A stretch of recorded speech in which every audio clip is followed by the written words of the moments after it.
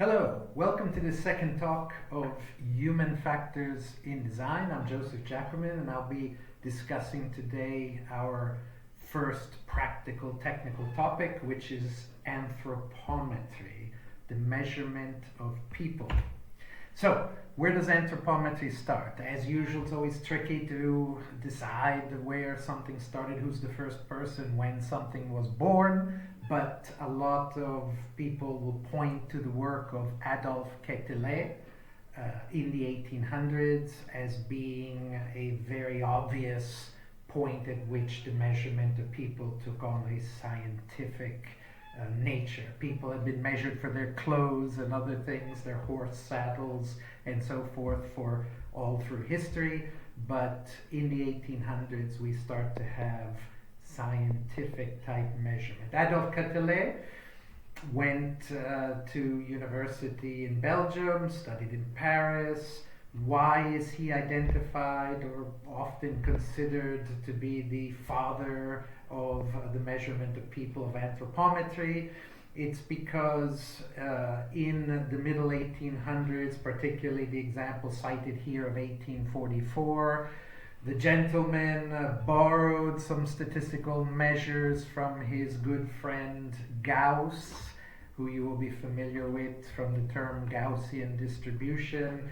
He borrowed some of the latest developments in statistical theory and statistical thinking of the time and applied them to a very practical purpose, which was in 1844 measuring on behalf of the king a series of chest sizes from uniforms of military soldiers of the Scottish regiment.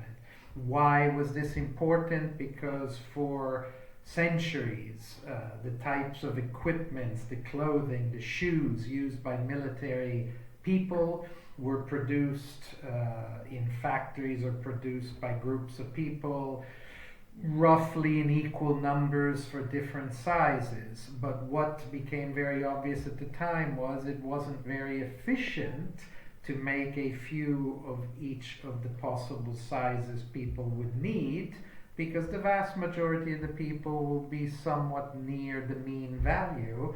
Thus, to produce things efficiently in the factories of the Industrial Revolution, it made lots of sense to order the numbers of clothes, of shoes, of guns, or whatever it was that was fit to the size of the person, order them in proportion to how many people would be expected to be of that size. So Quetelet puts the latest thinking in the field of statistics, the Gaussian distribution, to use to measuring and making a model for predictive purposes so that they can order from the factories in an efficient manner the clothes of the Scottish regiment. So what is this field of anthropometry, this measuring of people in some scientific manner?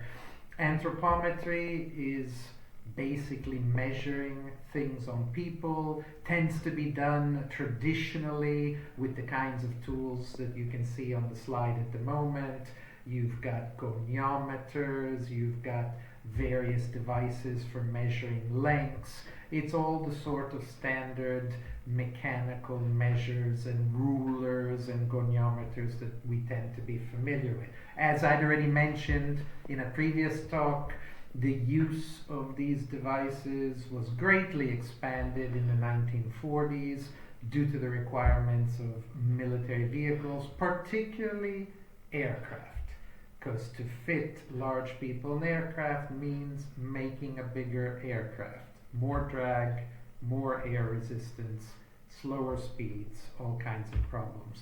So anthropometry, some of you may have seen previously devices such as these, finger goniometers for measuring the finger angles to see the movement and flexibility of the hand, devices shown on the screen at the moment for measuring the size of your shoe, for ordering shoes, various devices for measuring the height of people from the ground, the sitting height, the shoulder height, the width of the shoulder, the length of the arm, and so forth and so on. So anthropometry is basically taking measures of people looking at the numbers, doing some maths, and drawing some conclusions. The kinds of distances and measures we tend to talk about a lot in the field of anthropometry are things like height, breadth, depth, distance, curvature, circumference, reach. All very simple measurements that can be performed on the outside of the human body without any sophisticated technologies or methodologies to look inside the human body. So what are the kinds of things that might be of interest? This is an example just of 10 very basic, essential points of reference on the human body, which are really helpful for looking at things like people walking through doorways, how people sit on the seat of their car, designing things like your chairs, your office chairs for your work environment. You need to know a basic set of things such as where the ear is, the tragus, point number 2, the acromion, which is the outer point on the shoulder of the shoulder complex, points like where the elbow is, where the hip bone is, the H point we'll talk about in a moment, points on the leg, points on the feet. These are the kinds of points which we look for. What's tricky in anthropometry is, it's one thing to look at the skeletal structure of the human body and see where there might be corners, edges, reference points, joints of interest. It's a different thing to find them on a person when you want to measure. Something like finding the acromion, which is the sharp, pointy edge of the shoulder blade, that's not too difficult, as might not be finding the epicondyle, which is a bit of a sharp point on your elbow. But finding points such as point number 6, which is the tallest point of the iliac crest of your pelvis, which is well covered by muscles, fatty tissues, skin, and so forth, is not easy to find, or to palpitate and touch and press to find the exact location. So one very important thing to keep in mind, particularly from a design perspective, all anthropometric measurements will have some degree of error or some degree of approximation to them, because there's no such thing as perfection in locating points that are inside the body as opposed to outside on the skin. And even more complicated, the bone structures of different people can vary. Some people in some points might be slightly sharper and more edge and square. Other people might be more rounded and smooth, and thus very difficult to decide exactly where the point should be located to do the measurement. So anthropometric measurements will always have some intrinsic amount of error to them, and this must be kept in mind when you read the tables and you read the data books with anthropometric measurements, and you're sizing things like the height of the chair or the size of the shoe or the width of the helmet for people. It's always important to leave some extra space and some margin due to the difficulties in measuring these points. And just to give you an idea how difficult they might be, here are some examples of the different points. The nasal bone. This is the point of inflection between the upper part of the cranium and the lower parts. A very tricky point to find, a point that, as you can imagine, just looking at other people around you every day, it changes and varies a lot depending on a person's body shape and what's referred to as the somatotype. So that's one of the reference points that helps to give you an idea of how the head is inclined when you're looking at your computer or looking out the window of your car. Another reference point, very tricky one, the tragus, which is the little cartilage structure on the ear. This, you can see, is very flexible, very soft, very malleable. It can be pushed around and moved around, and if you look around any room of people, you will see the shape is quite different from person to person. So again, a very tricky point to identify on a person, very tricky point to use as a reference to take a measurement. but the best we can do given the complexity of the shapes of people and the complexity of the human body. Acromion, the sharp external edge of the shoulder complex, the top of the iliac crest of the pelvis.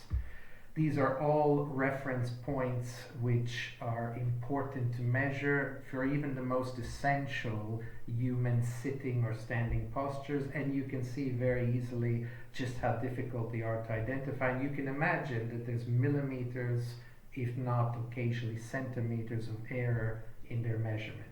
Now, a further complication with the measurements, it's not just tricky to find the points, it's not just tricky to actually decide where to take the measurement and to push against it and start to take the measurement, but there's also another question, which is any anthropometric measurement that spans something with cartilage or tendons or ligaments will over the course of the day change. This diagram shows the variation of a person's stature, their total height from the bottom of their feet to the top of their head over the time of the day, the hours of the day. It's the variation, so it's how much above or below the average it goes. And here in the diagram, the time that's labeled in 0 is when you go to bed at night. So you're standing up, you lay down in horizontal, the force of gravity is not pushing you on anymore, it's not compressing the discs of the intervertebral discs of your spine, it's not compressing your muscles, it's not compressing your cartilage of the joints. And what happens is, as soon as you remove the loading of gravity pushing you down, you begin to get longer and taller by as much as 25 to 2.5 centimeters over the course of the night. Then in the morning, what's labeled here about 8 or 9 in the morning when you get up from bed, you immediately stand up and the gravity starts to push down on you and compresses your joints again, and you get shorter and shorter and shorter. This circadian, this daily change in the measurements, in this case of your total height, is happening with all of the joints and articulations of your body. Cartilage, tendons, ligaments, muscle fibers, they're all full of water. A person is perhaps 98-99% water. When you compress it like a sponge, you squeeze it and it gets smaller. So not only do anthropometric measurements prove to be tricky to make, hard to find the point, not sure where to put it, difficult to span the part of the body, but on top of everything else, particularly with things like the back, where you have a large number of vertebrae, different bones, and you have cartilage in between them, you have lots of change over the course of the day. So again, a fundamental thing from a human factors perspective, you have to be very careful about how you read the data and tables from populations when you're designing your desk, designing your computer keyboard, designing the pedals of your car, the seats of the aircraft, and so forth and so on. And typically you have to leave a few centimeters of extra space with respect to what's in the tables for a whole series of reasons, including these variations. So, what is the main tool that tends to be used by human factors ergonomics experts when talking about body measurements? Anthropometric data, the vast majority of the time, is modeled, thought about, quantified using a normal Gaussian bell for the distribution. This is a typical example. Here we have again the stature or the total height of the person from the bottom of their feet to the top of their heads, and you can see this is taken from the United Kingdom population measurement from some years ago, and you can see that the average height person in the United Kingdom at that time was somewhere around 1 meter 750 in height, with some people being smaller than 1 meter 50, and some people getting rather close to almost 2 meters in height. So we tend to use a Gaussian distribution, a normal curve. It's a bell-shaped. It's the same on both sides. It's symmetrical. The value that's in the dead center of it's what we call the average or mean value. And then we tend to measure how wide the Gaussian distribution is by talking about the standard deviations. The Gaussian distribution takes that name in most books because it was first discussed at length and proposed and used in practical ways by Johann Gauss in the late 1700s, a German mathematician and physicist. His friend, as we already saw, applied it to measurements of Scottish soldiers, and with that we have a little bit the birth of the field of anthropometry. The beautiful, elegant thing in the mathematics of distributions such as the Gaussian is that in this case, being symmetric, being a simple bell, we can capture most of what we need in only two numbers. The mean value, which is just the average value that most of you will be calculating for something or other most days of the week. As you can see from the expression, you just add up all the numbers you have available in your measurement set. You divide by how many there were, the end data. That gives you your mean or your average value. And then we can talk about how wide the curve is, because the wide could be a bit flatter and wider, or the curve could be very tall and very narrow. We talk about its shape using the parameter which is usually labeled as S, and S stands for the standard deviation. And to calculate that, we simply take every one of the numbers we have in the data set, each one individually. We say that minus the average value that we got from all of them, square that, add all those squared values up, divide by n data minus 1. We remove one data term. It's called the Poisson Correction. It's about the fact, well, you did use the mean value to do the calculation, so that's a bit cheating to some degree, so we'll take one of them away because the mean value constrains and removes one of the possibilities from one of the numbers. So we divide by n data minus 1, take the square root to get it all back, removing the square and get it back into the original units, and that gives us what's referred to as the standard deviation, where a large one means the data is quite spread, and a very small one means that the curve is very narrow and everything's clustered around the mean value. In anthropometry and in human factors ergonomics more generally, most of the time you will hear professionals speaking about not so much the Gaussian percentages, but you'll be hearing people talking about things called percentiles. Percentiles is something that shows up in lots of design specifications, lots of design discussions. And what we mean by percentiles is how many of the people have a value, let's say the height, the stature, how many of them have a value that's less than or equal to the number we're talking about at the moment. So if we look at the top of this diagram, there's a cumulative distribution, or also called the S-shaped curve. This is showing us the percentiles. When we're talking about very, very small people, which is the left-hand side of the diagram, you can see not many people have that height or less than that.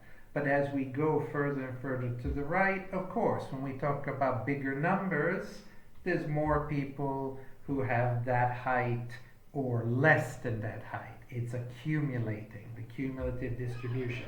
So if we look at the diagram, the cumulative distribution is an S-shaped curve, starts from 0, ends up at 100% of the people. All the people in the measured data set will be the same or less than the tallest person that we found in the data set. That curve is what we use for talking about percentiles. We can talk about the 50th percentile, half the people less than that value, and in this data set it's somewhere around 1,750 millimeters in stature, and in this data set, by the time you get to about 2 meters in stature, clearly everyone is below that, so it's definitely 100% or more of the cumulative value.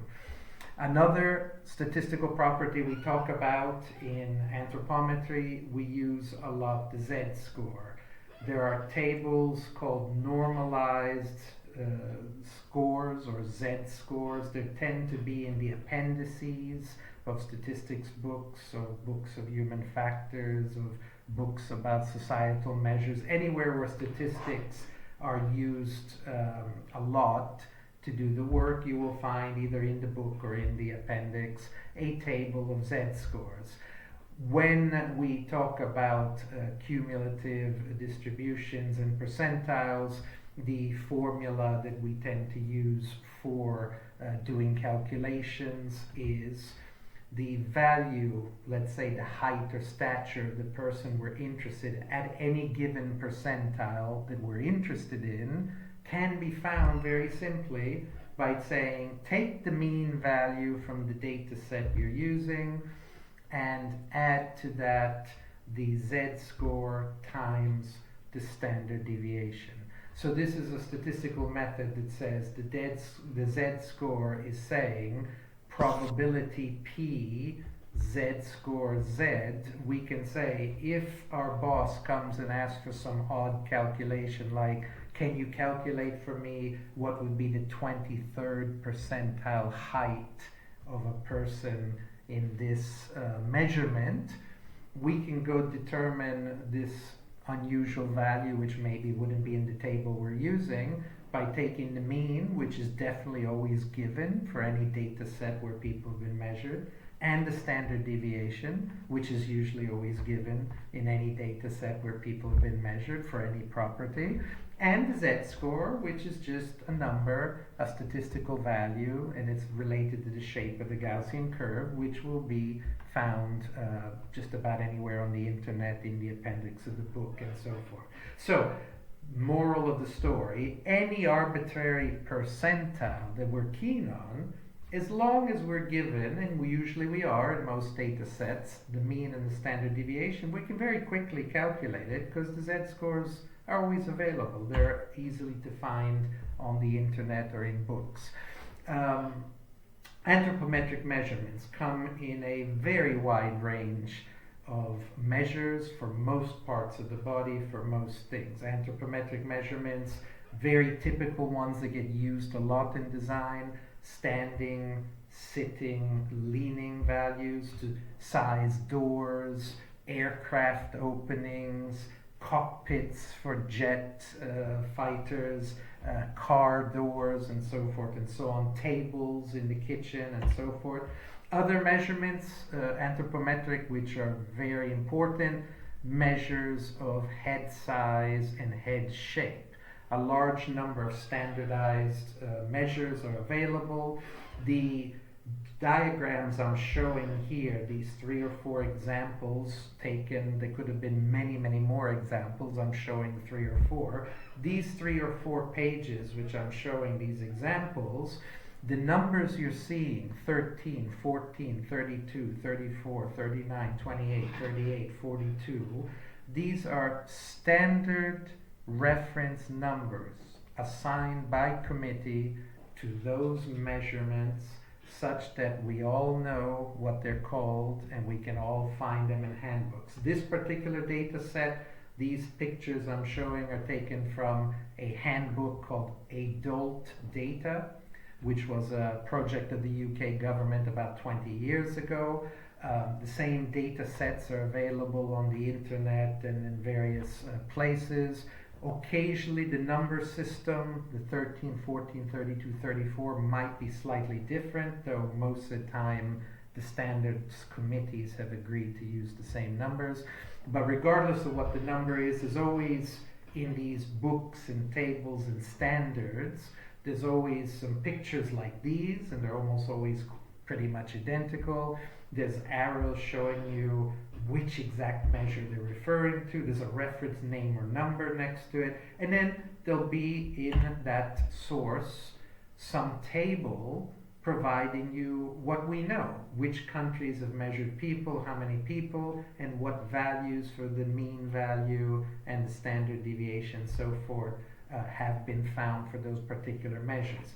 Here we have measures of the human hand, very, very important, not just for clothing like gloves, but joysticks, steering wheels, computer joysticks, keyboards, all kinds of devices. We have to size them based on the smallest hands we expect to find and the biggest hands that users might be expected to have. Foot sizes, leg lengths, different postures, standing, sitting, squatting, and so forth, all standard anthropometric measurements. And in the tables, we will find values for whichever populations in whichever parts of the world some measurements have already been done and documented. Now, one thing is defining the measurements. One thing is saying, here's what we're measuring, here's the goniometer or the caliber or whatever it is we're using. Another thing is the approach or the philosophy or the logic behind how the designer is going to use these numbers. And this little table, which is just from one reference source again, I think it was adult data, this is indicative of the kinds of things you find in handbooks and standards where they talk about how you should think about these issues. For example, what do we got here? On the left-hand side, design scenario.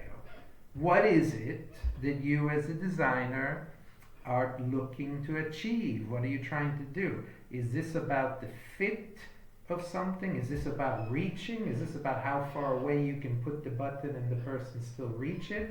Is this a clearance problem? Is this, I might get caught on the door handle as I run out of the building during the fire emergency? Is this a posture question? Is this about sitting comfortably or standing comfortably in some exercise device or something else? Is this a matter of strength? I've made a machine, it's got something that's a bit heavy to operate, and I'm concerned that some people, smaller individuals, weaker individuals, perhaps people with some form of disability, may struggle to be strong enough to actuate the control. Is it an entrapment issue? I will get caught as I'm trying to escape from my sinking submarine because the emergency hatch is so narrow, it's going to catch my clothes on it as I try to get out of it. Or is it an exclusion question? I didn't put an elevator or some sort of assistive device on the platform of the London Underground at this given station. Thus, some people, perhaps in wheelchairs, will not be able to get to the platform and use the underground transport service. So they've been excluded due to a design decision about whether to put in the elevator or not put in the elevator in the station. So there's different uses. Designers have to be very clear what are the 2 or 3 main objectives of our product, our system, or our service. What is it we want to emphasize? How does it fit the brand? How does it fit the general image of the organization? And which of these or which combination of these might I be privileging? And depending on which we're privileging, we have to look at different numbers from the anthropometric data sets. For example, if we're talking about reach, it says in the table the design should accommodate the smallest people in the population, the 5th percentile values. So I look at all the data I find from all the data sets of that particular dimension for that particular body part, and I have to be sure that the smallest 5th percentiles, whatever value is the 5th percentile of the smallest group of people, and quite often when we divide the data by males and females by gender, quite often it's the female data set which is providing the 5th percentile for the overall population, we have to ensure that the 5th percentile person can actually reach the button. Because if the smallest person in the data set can reach it, all the people taller than that should be able to reach it. Instead, entrapment and some of the others, it's the bigger person who's in difficulty, who's going to get caught on the door handle and get stuck in the emergency hatch of the submarine. So different objectives, we're looking at different data sizes. I would also note that the table is full of numbers that look like 5 and look like 95. And this is very important observation. Most international standards that have something to do with anthropometry will tend to provide in the data sets a given set of people were measured, this is who they were, this is the country that measured it, and here are the typical data. 5th percentile, 50th percentile, the average or mean, and the 95th. And quite often standards will say, if you want to be inclusive, if you want to minimize your exclusion, you must try to achieve from the 5th percentile to the 95th. All of those people in between should be able to use your product or your service without difficulty.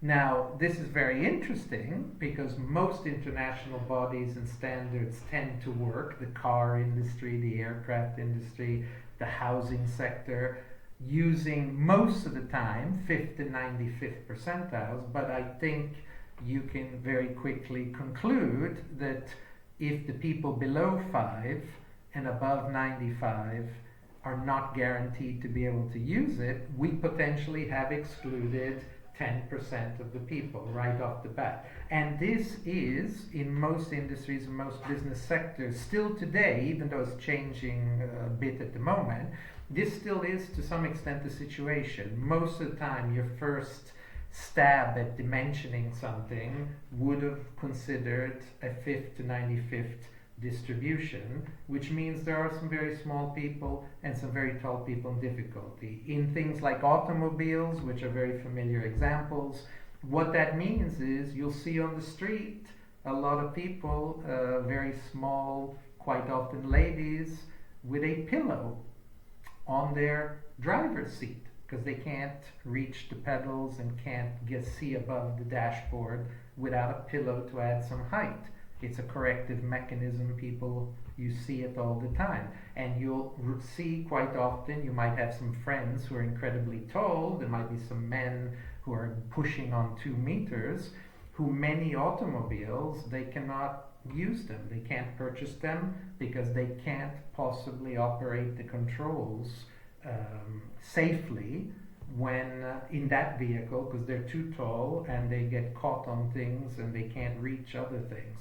So it's very important to consider what are the standards, what are the recommendations, the reasons for doing things, and just what are the implications for those people who fall foul of the typical standard practice. Now, anthropometric data, just to give an example, typical thing you might be doing, you might have a small factory, it might involve a lot of manual assembly work, maybe the boss asked you to buy a new set of work tables for the workers, and you have to, as the human factors person, go and take a look at the data sets, go and look at the values and ask some questions about how tall this table might have to be from the ground. So if we have some light assembly work probably on some table, we have to say, what are the recommendations? As soon as you open up a few human factors and ergonomics handbooks, you will find very quickly that there's quite a few of them will have recommendations such as a table should have the legs of a length such that the working surface of the table is about 50 to 100 millimeters below the height of the elbow. You need the table to be a little bit below the elbow so that you can easily move your arm around the table and lift and lower things and work on them in a very comfortable manner. If your boss asked you to get some tables and order some new ones for your factory, and the factory was located in the United Kingdom, and this recommendation will pop up as soon as you start looking, what kind of issues involved. Already in the diagram you can see there's a little arrow pointing to the shoe, the heel. You do have to consider whether people are wearing shoes, what type they are, and how tall they are. So what kinds of things would you do? Usually the first step would be, let's go find a data set. In this case, we're taking it again from the adult data publication of some years back. You'll find a drawing like this. It'll show you what is the height from the ground to the elbow. The definition says this particular measure, elbow height 120, that's the official name, measured vertically from the floor to the bony tip of the elbow. The person stands erect and straight and so forth and so on. So you found it. You found the type of measure you need. The next thing you'll notice in that particular data set, but maybe today there's others with more complete sets of information, you will find at that time in that data set there were 4 sets of measurements that the researchers identified around the world, one done in the UK, one in Japan, one in Sri Lanka, one in USA. You see that the data sets are broken by gender, male and female. They're broken down to 2 groups because anthropometrically we tend to have a Gaussian distribution for the boys and a Gaussian distribution for the girls. And they tend to be nice and smooth and fitting quite well for most body measurements, but they are 2 and they don't overlap that much. So we tend to break them down into separate rows or columns in these tables. And as you can see, for each country it's broken down by gender, and the table is providing you the mean value of all the people who were measured, the standard deviation. Given everybody tends to use 5th and 95th percentile, they're there, so you don't even have to calculate it, it's right there to use it. If you want to go dig out the details, how the measurements were made, and look carefully at the sources of error and so forth, usually you tend to list the sources of these numbers, so a person can go back to the original report or the original document to read it.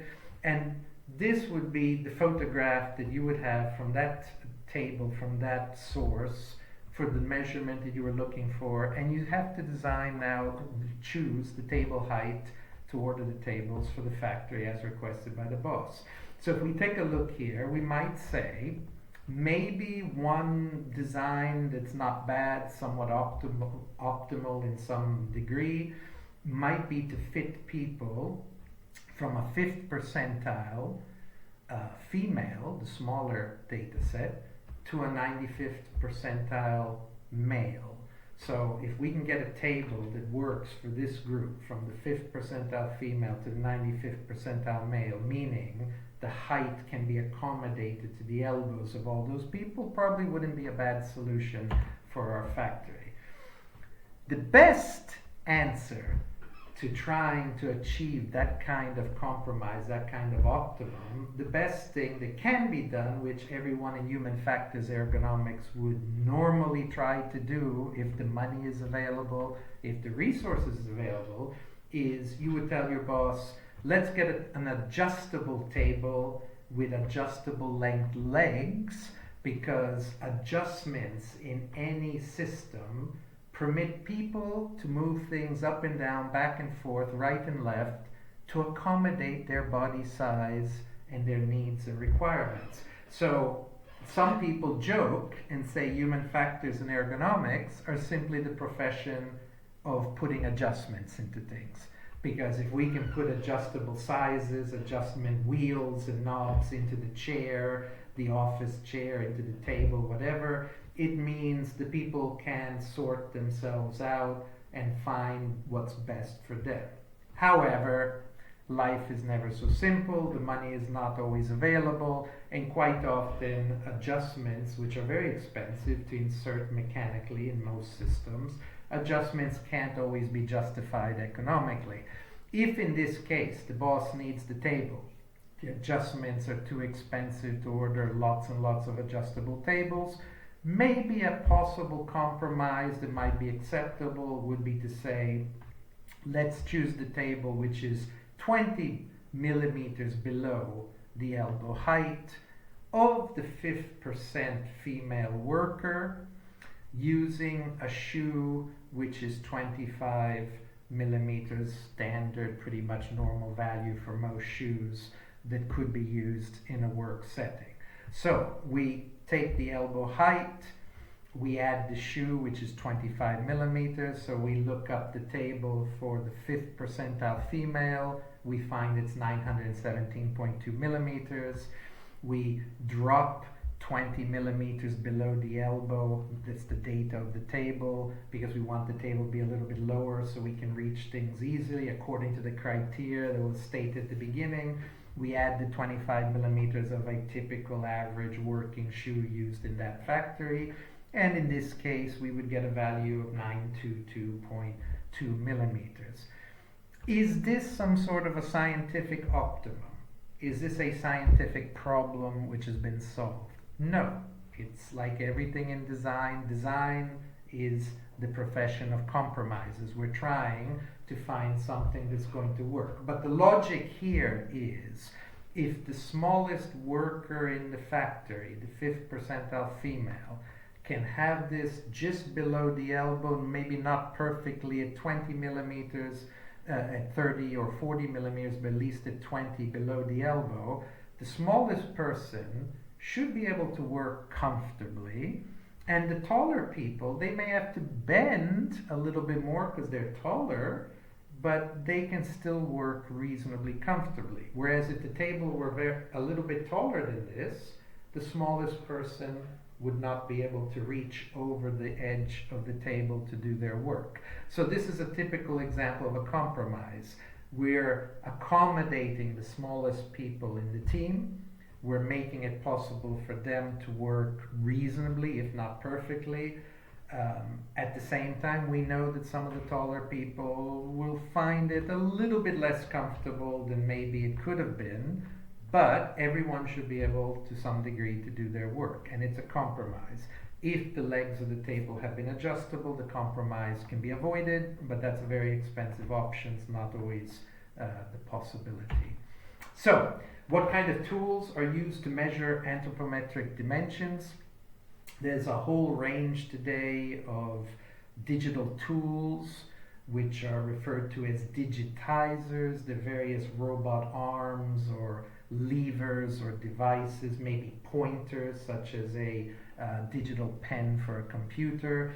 The idea is that you go and you touch parts of the body with the digitizing device, and the digitizing device, whether it's a mechanical arm or a computer pointer or some sort of a camera system, it will be designed in a way that it can do the X, Y, Z coordinates in space of when you click and point there, click and point there, click and point there, and it can enter directly the X, Y, Z coordinates, the Cartesian coordinates of those points. And if you do two different points, you can then, of course, with the software, subtract them and see the length of the body part. So there's lots of digitizing tools which you do it the old-fashioned way by touching the person and measuring on the person, but the whole process of saving the numbers and doing any kinds of statistics or post-processing is fully automated by the system.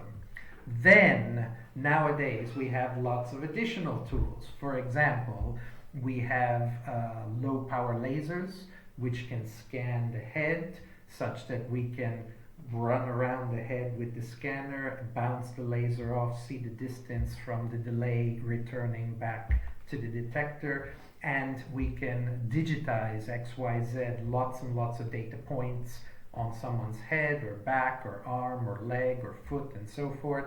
With the head, it's a very popular measure because lots and lots of helmets in the military, in sports. Nowadays, lots of companies with cycling helmets and other kinds of helmets just for recreational purposes, they're tailored to the individual and they're manufactured to the exact size of the individual, and that size has been captured by this kind of laser measurement tool. Other measurement tools which are very popular these days, stereophotogrammatic systems. Lots of boxes, selfridges, And Harrods a few years ago had several of these installed in their clothing departments. You stand in there, some cameras take pictures of you from 3 or 4 different positions, comparing the camera images taken by the different cameras. You can triangulate the X, Y, and Z Cartesian coordinates of any landmark or point on the human body. Why would stores have cabins like this measuring people? This is because the data can then be sent off to the factory and you can get through the post a set of blue jeans made to fit you exactly. As a matter of fact, these systems are installed in lots of stores now around the world.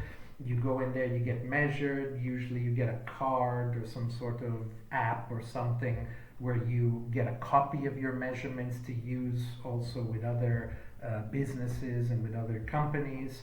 You can then order anytime you want the clothing in any colors you want, in any shapes you want, and they will be cut and manufactured to your exact body shape as measured by these systems. Now, finally, at the end of each talk, all 12 of them,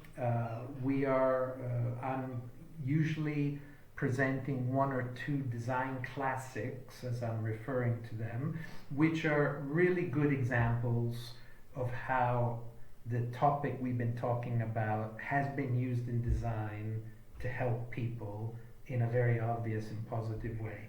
For the topic of anthropometry, the design classic, the first that I'd like to show is that of the Band-Aid adhesive strips. Something that's in everyone's home probably, possibly also in your car, possibly in the lab at the university or in the halls of residence. The Band-Aid strips are an example of very good design. Good design, some people would say, is something that disappears from your consciousness. When design is good, you notice it and you like it. When it's brilliant, you begin not to notice it anymore. Who stops to think about traffic lights? Who stops to think about Band-Aids? Who stops to think? There's thousands of things in the world around us which the design is so useful and so brilliant and so unintrusive that you just even forget about, don't even stop to think what it's about. In the case of the Band-Aid strips, we have an excellent example of that. We have an example of a situation where in the 1920s the observation was made that most of the time when children scratch themselves, cut themselves, hurt themselves playing out in the garden, around the house, at the playground, when most adults cut themselves in the kitchen or hurt themselves working on the car and so forth, these cuts tend to be rather similar in size and nature. And up until this point in time, if someone had in their home anything to put as a bandage on a cut or a scratch or a scrape, they would be big rolls of cotton, probably big rolls of tape, some scissors to cut it. You'd have to cut it and make it on each occasion. You didn't have anything ready-made to go. And the observation was made, hey, look, statistically these things fall into distributions like the Gaussian distribution.